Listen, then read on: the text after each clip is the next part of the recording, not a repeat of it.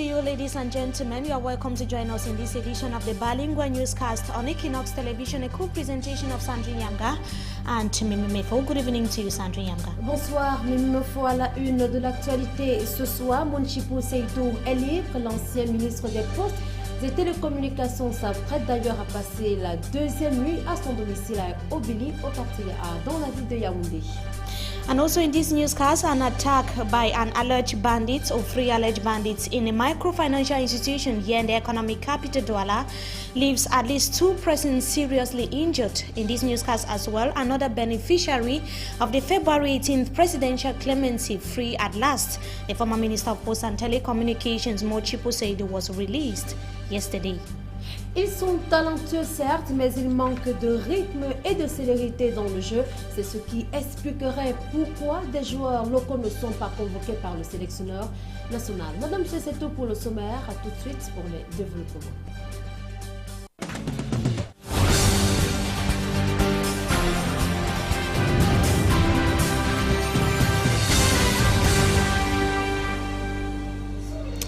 Good evening to you once again, viewers. Welcome to join us in this edition of the 6 p.m. newscast, bilingual and a bilingual edition, of course, on Equinox Television. Cameroon's former Minister of Posts and Telecommunications, Mounchipou Seydou, is one of the beneficiaries of the February 18th presidential clemency. He was released at about 9 p.m. That was yesterday evening after spending 15 euros in prison. He was arrested and detained. That was in 1999 for the embezzlement of public funds. Roland Akong has the details.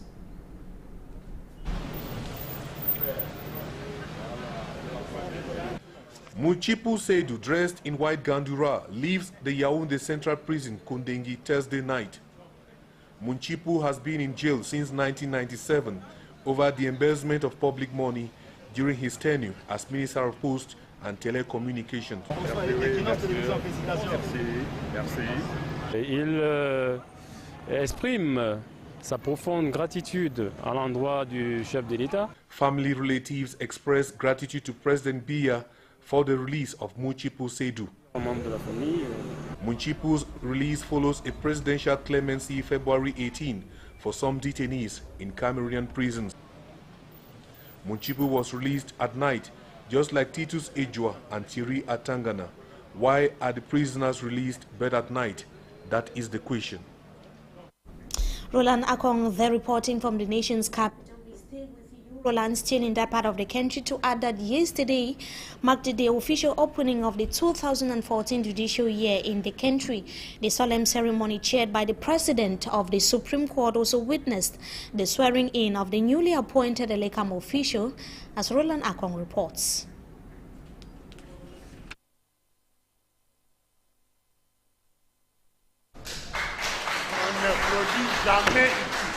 The submissions of the Attorney General of the Supreme Court on the occasion of the opening of the judicial year in Cameroon focused on transnational and transborder criminality. Martin Rissouk Amulong said transnational and transborder criminality triumph with enormous consequences, hindering the development of Cameroon despite legal instruments to check them. The Chief Judge of the Supreme Court, Alexis Dipanda Mwele, called on magistrates in Cameroon to respect the code and ethics of their profession in the exercise of their duty. If our magistrates respect all rules of ethics and deontology provided in the law, we can surely stamp out corruption, unfair treatment, impartiality. We can equally say that the message of the Chief Justice this morning does not go only for magistrates. All actors in the field of justice are involved. I would like to transmit this message to members of the bar and to members of all the professions. The independence of judges in Cameroon, Dipanda Mwele said, is not threatened by the executive, but by pressure groups and ethnic and tribal groups. Opportunity to get the reaction of the Bâtonnier of Cameroon few days after the bar exams that took place in the nation's capital, Yaoundé. The president of the Bar Council, that is Barrister Sama Francis, who was present at the ceremony, dismissed claims that there were mishaps during the bar exams that took place in that part of the country. Now let's listen to Barrister Sama Francis. my attention was drawn over the weekend that there were some allegations of shortcomings. There is no perfect institution, but I can stand tall and say without fear of contradiction that the bar exams were organized in an atmosphere of serenity, credibility and transparency. We had to allow the candidates to write up to midnight on Saturday because I put in place a system where the questions were set by the jury in the morning, translated and reproduced. So the second paper on Saturday commenced around 6 p.m. because it was a practical paper which was 3 pages and there were 3,500 candidates. We had to photocopy over 15,000 sheets of paper, and I know that the security services, the university personnel and the Personnel Ministry of Justice and the bar were present, and I've received no complaints so far.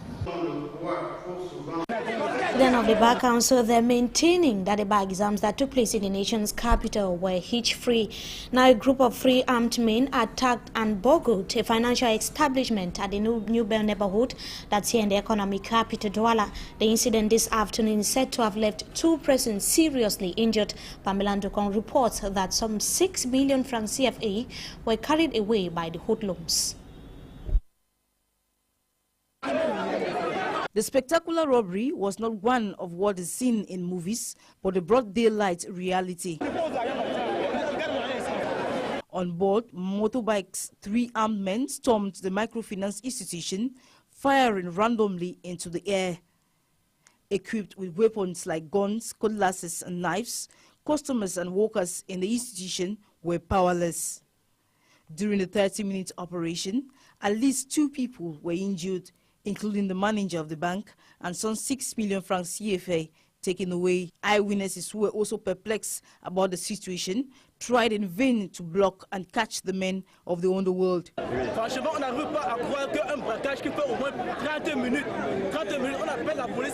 They also tried to call the security forces, who only arrived at the scene only after the men had succeeded to escape. Investigations has been opened by police of the 3rd district in New Bell.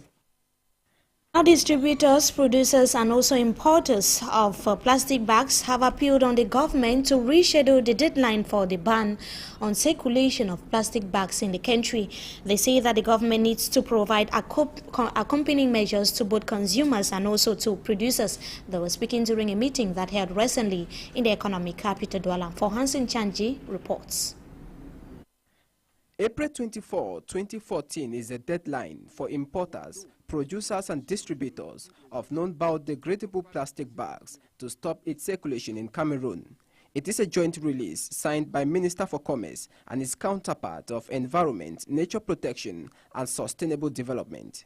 Few weeks to the implementation of this decision, stakeholders are worried and are asking the accompanying measures for consumers and economic operators. Quand on nous dit qu'il est interdit, when we are told to stop importing, producing and distributing these plastic bags, be careful.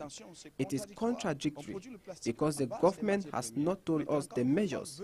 The government has to make way for the transition from non-biodegradable to biodegradable.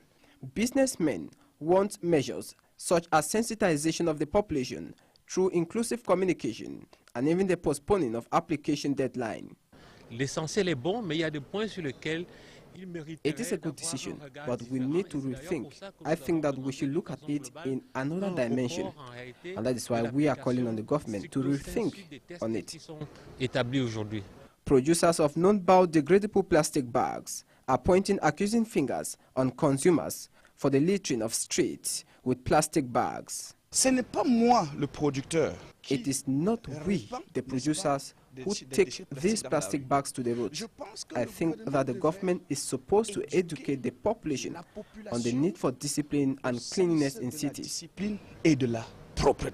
The decision signed in early 2013 by the Minister for Commerce and that of Environment, Nature Protection and Sustainable Development aims to put into application the Order of October 2012 regulating fabrication, importation and commercialization of non-biodegradable plastic bags, setting the deadline to April 2014 to producers, importers and distributors. thus to respect the law on the environment of 1996. For Hansen Chanji, ending the report, we take you right away to news out of Cameroon. Francois Hollande, president of France, has arrived in the embattled Central African Republic. That was today, nearly 3 months into a military operation to stop inter-religious fighting. Francois Hollande is due to sit with the interim president, Catherine Samba Panza. Let's have the details of that report with Franz Venkat. Bangui by night. And with a curfew in force, the main roads are empty. Our French army escort takes us to see a night shelter in the heart of the 5th arrondissement. It's 9 p.m. and families are still trickling in. New arrivals are frisked for weapons. Inside, tents in which people can sleep in safety when they're too frightened to stay at home. This one was put up yesterday, and it's already full. The site holds up to 3,000 people, and tonight is brimming.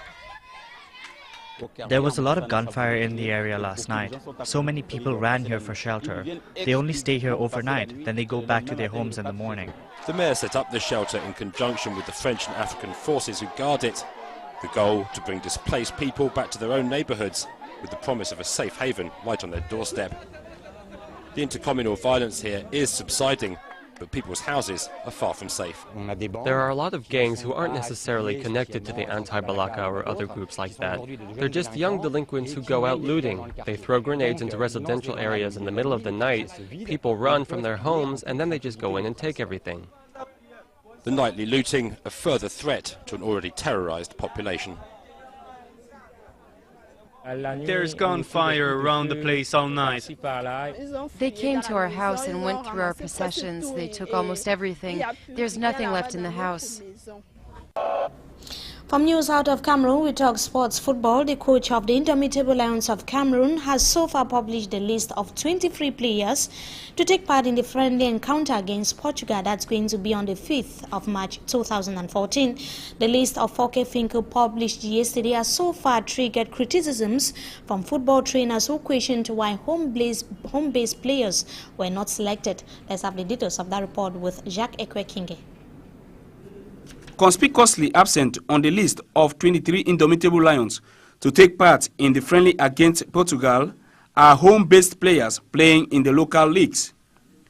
Despite multiple convocation of home-based players by the head coach of the Lions, Volker Finke, none did feature on his final list of 23. Volker Finke had once said in 2013 that home-based players are not yet qualified for international encounters. But according to some local football trainers like Richard Toua, this is not an issue. He thinks Volker Finke has taken the initiative of maintaining the same group, which he better masters, to assure continuity.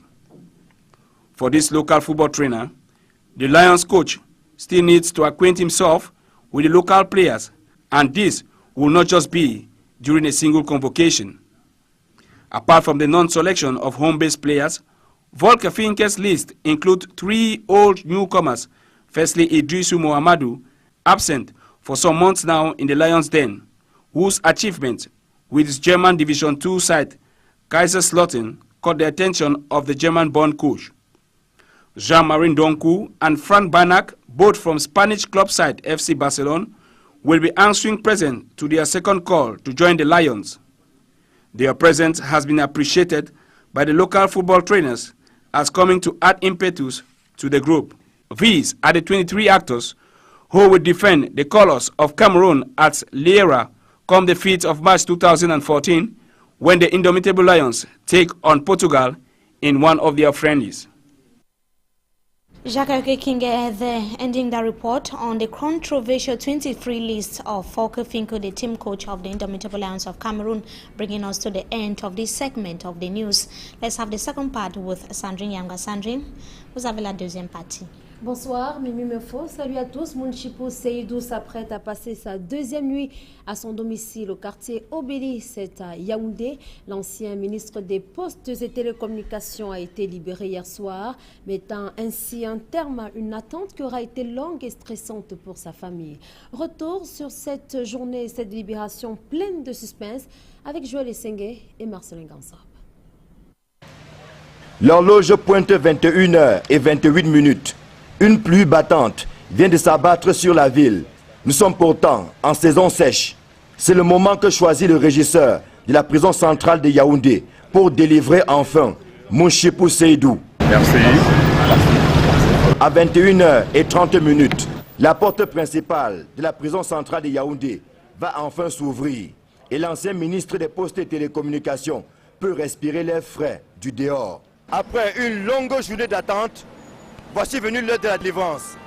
L'ancien ministre des Postes et Télécommunications, Mounchipou Seydou, vient de sortir de la prison centrale de Yaoundé au quartier Kondengui. À peine est-il sorti du pénitencier que Mounchipou Seydou est récupéré par quelques membres de sa famille. Il a à peine le temps de dire au revoir et merci au régisseur de la prison centrale de Yaoundé, ainsi qu'à quelques geôliers qui l'ont bien gardé, dit-il, pendant toute sa détention. Épuisé justement par une quinzaine d'années de détention, l'ancien gouverneur de l'extrême nord paie la parole devant le reporter. Il revient à un membre de sa famille de résumer la déclaration que l'ancien ministre a eu le temps de coucher sur du papier. Cette déclaration porte la date du 20 février 2014, jour de la célébration du cinquantenaire de l'indépendance et de la réunification du Cameroun. Monsieur le ministre va bien et il rend grâce à Dieu, à Allah pour sa miséricorde. Il exprime sa profonde gratitude à l'endroit du chef de l'État. Il remercie, n'est-ce pas, sa famille qu'il a soutenue jusqu'ici, ses camarades de promotion, n'est-ce pas, pour leur soutien indéfectible, et également ses camarades de la préfectorale. À 21h32, une Mercedes ouvre son ventre et embarque Mounchipou Seydou en direction de son domicile, 6 au quartier Obili, à Yaoundé. Le suspense est enfin levé. La longue attente est rangée dans l'histoire. Les portes de la prison centrale de Yaoundé peuvent se refermer derrière un de ses détenus les plus célèbres. Ainsi s'achève cette journée mémorable du jeudi 27 février 2014. Ainsi se termine surtout la détention de l'ex-ministre des Postes et Télécommunications, qui en principe devrait recouvrer la liberté le mois prochain. Un mois de gagné grâce au décret présidentiel. Ce n'est pas rien. Il a fallu attendre sensiblement 12h30, entre 9h et 21h30, pour enfin vivre cet instant I, ce moment M que tout le monde attendait. Le reporter, mais aussi et surtout les nombreux membres de la famille. Ici, la prison centrale de Yaoundé, au quartier Kondengui. C'était Joël Essengue, Marcelin Gansop, Equinox Télévision. 6 millions de francs CFA emportés des caisses d'une microfinance à Douala. C'est à l'issue d'un braquage de cet établissement financier. Les malfrats, avant de s'enfuir, ont atteint par balle le chef de cette agence. Le récit des faits avec Eukwa Claude et Nadine Yambou. Le braquage de cette microfinance se serait déroulé comme un film à la Hollywood.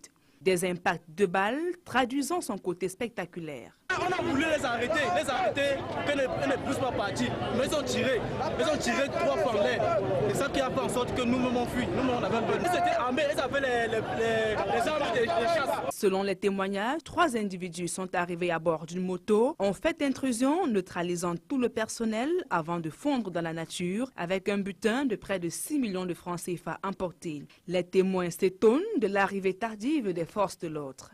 Franchement, on n'arrive pas à croire qu'un braquage qui fait au moins 30 minutes, on appelle la police camerounaise jusqu'à la police ne vient pas, jusqu'à finir son opération, jusqu'à partir.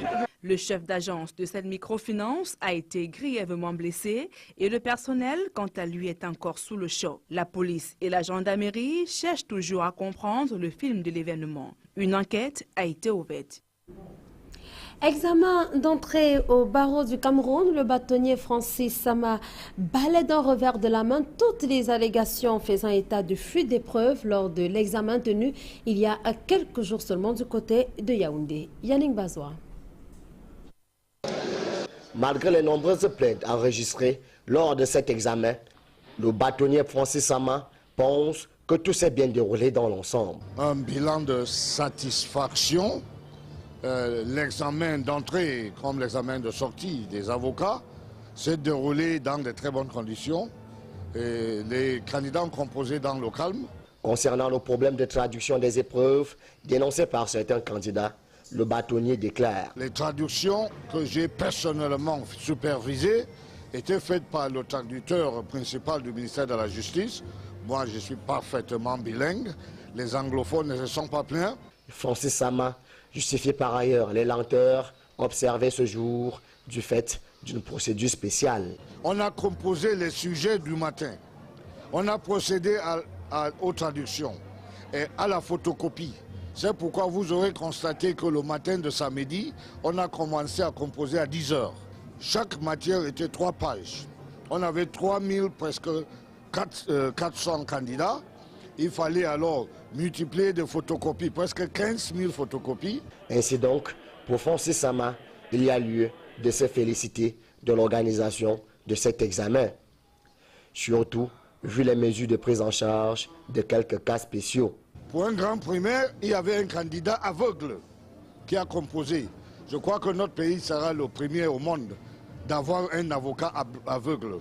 Le matin de samedi, un autre monsieur que je ne connais pas est parti se mettre à l'aise, il a glissé et il a eu une fracture du fémur. Mais ce qui était touchant encore, c'est que ce monsieur pleurait toute la journée. Monsieur le bâtonnier, je veux composer. J'ai dû dépêcher les membres des forces de sécurité avec les superviseurs de l'examen. On lui a présenté ses copies et il l'a composé dans tout le calme. À en croire le président de l'Ordre national des avocats du Cameroun, les résultats seront disponibles d'ici quelques... Les producteurs des matières plastiques non biodégradables émettent des réserves quant au délai de mutation au plastique biodégradable fixé au 24 avril prochain par le ministère de l'Environnement et de la Protection de la Nature. Rassemblé au sein de l'Association camerounaise des professionnels de la plasturgie, ces promoteurs invitent le gouvernement à revoir ses stratégies de gestion des déchets plastiques. Sandrine Babo. Au 24 avril 2014, tout fabricant, importateur ou distributeur des emballages non biodégradables doit muter aux emballages biodégradables selon un arrêté conjoint du ministère de l'Environnement, de la Protection de la Nature et du Développement durable et du ministère du Commerce. À quelques semaines de l'entrée en vigueur de cette mesure, les principaux acteurs de ce secteur d'activité émettent encore des réserves quant à l'applicabilité de cette décision. Quand on nous dit qu'il est interdit la distribution, détention, fabrication, importation des matières premières. Attention, c'est contradictoire. On produit le plastique à base des matières premières. Maintenant, quand le gouvernement veut interdire et ne donne pas des mesures, le gouvernement devait s'arranger dans l'organisation du transfert du non biodégradable au biodégradable à sensibiliser le domaine du plastique. Parce qu'on parle, le biodégradable ne concerne pas seulement le plastique, elle concerne le secteur métal et le secteur vert. Seulement, le mal est profond et la dépollution ne passera que par la sensibilisation du consommateur du plastique. Ce n'est pas moi, le producteur, qui répand, n'est-ce pas, des déchets plastiques dans la rue. Je pense que le gouvernement devrait éduquer la population au sens de la discipline et de la propreté. Au sein de l'Association camerounaise des professionnels de la plasturgie, les membres appellent les pouvoirs publics à revoir le calendrier. L'essentiel est bon, mais il y a des points sur lesquels il mériterait d'avoir un regard différent. Et c'est d'ailleurs pour ça que nous avons demandé d'une façon globale un report en réalité de l'application stricto sensu des tests tels qu'ils sont établis aujourd'hui. Passé le 24 avril 2014, les administrations compétentes vont engager des mesures répressives à l'endroit de tout contrevenant. C'est déjà la saisie au niveau des structures de fabrication. C'est déjà le contrôle strict au niveau des importations, c'est-à-dire au niveau des entrées, que ce soit les aéroports, que ce soit le port, que ce soit les autres frontières terrestres. Et ça sera aussi la saisie au niveau des magasins, donc des dépôts. C'est pour limiter les dégâts causés par les matières plastiques non biodégradables que le ministère de l'Environnement demande aux opérateurs de la production de ce type de plastique de respecter la nouvelle règle. Ceci en conformité avec la loi du 5 août 1996 portant gestion de l'environnement. Et je vous propose à présent d'écouter le sous-directeur en charge de la gestion des déchets et des produits chimiques toxiques et dangereux au ministère de l'Environnement et de la Protection de la Nature. Monsieur Paloma estime que les pouvoirs publics vont détruire ceci aux frais des promoteurs tout produit plastique saisi au-delà du 24 avril prochain. Je vous propose d'écouter au micro de Martin Manguele et Sandrine Babou. L'habitude de dire que les habitudes ont la peau dure. L'État a décidé de mettre en œuvre cette politique. Et le dernier délai se réfère au 24 avril 2014. Donc, passé ce délai, c'est la phase répressive. On saisit les matières plastiques interdites et on fait détruire aux frais du producteur ou bien du promoteur. Ça, c'est ce que les gens doivent comprendre.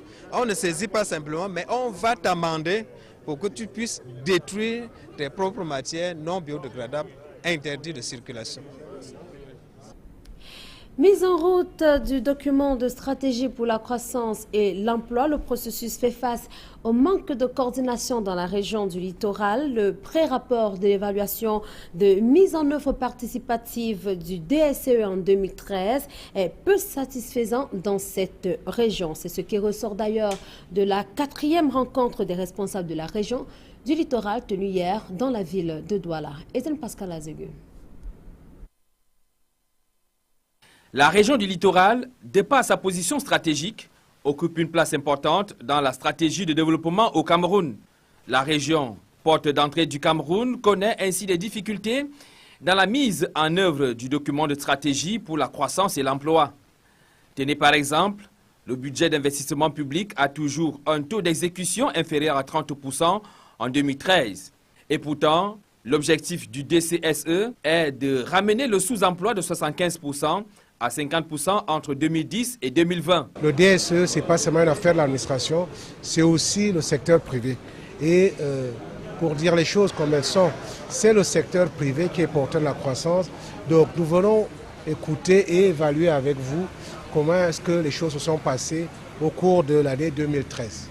Le pré-rapport de la 4e évaluation de la mise en œuvre de la stratégie de la croissance et l'emploi dans le littoral durant la période de 2012 à 2013, présente comme conséquence à la réalisation peu satisfaisante du DCSE un réseau routier en très mauvais état, la fourniture insuffisante en eau potable et en électricité.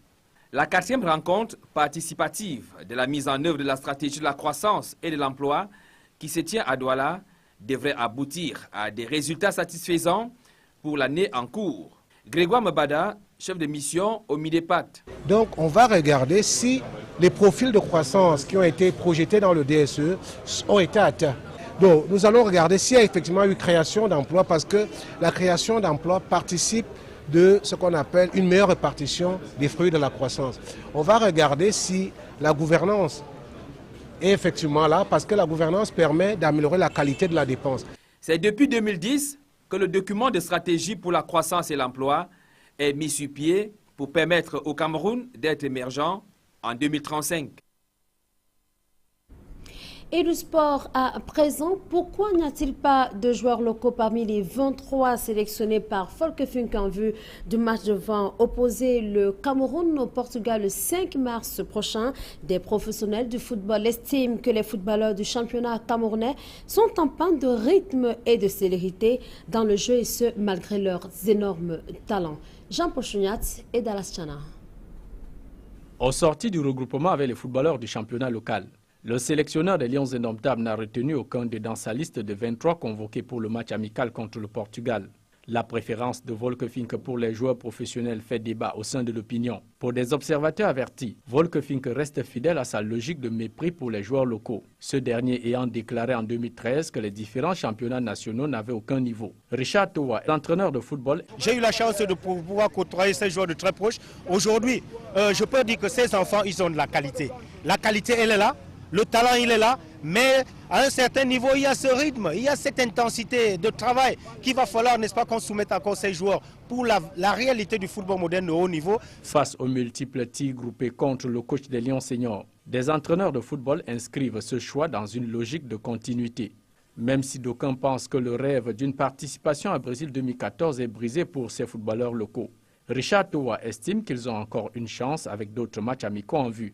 Si vous voyez un joueur à partir des gradins, ce n'est pas le même quand vous rassemblez ces joueurs et vous les voyez de très proche. Je crois que l'occasion lui est maintenant donnée, quitte à lui maintenant de pouvoir analyser les choses avec son staff technique et voir, n'est-ce pas, quel joueur bénéficiera de son appel parmi les prochains stages. Et je crois que Volker Finke, c'est un entraîneur assez mûr, n'est-ce pas, dans l'esprit pour pouvoir faire ces choses.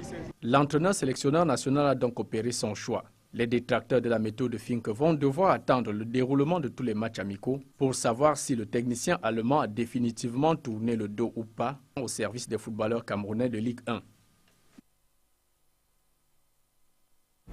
Et voilà, Madame, Monsieur, c'est ici que nous allons refermer cette édition du journal bilingue sur Equinox Télévision. Merci bien de nous avoir suivis. Passez an excellent weekend. Happy weekend to you, Mimufo. Myself, Sandrine Yamga. A blessed weekend as well to our viewers. We thank you so much for joining us in this edition of the Bilingual Newscast on Equinox Television. Until we see you again, goodbye.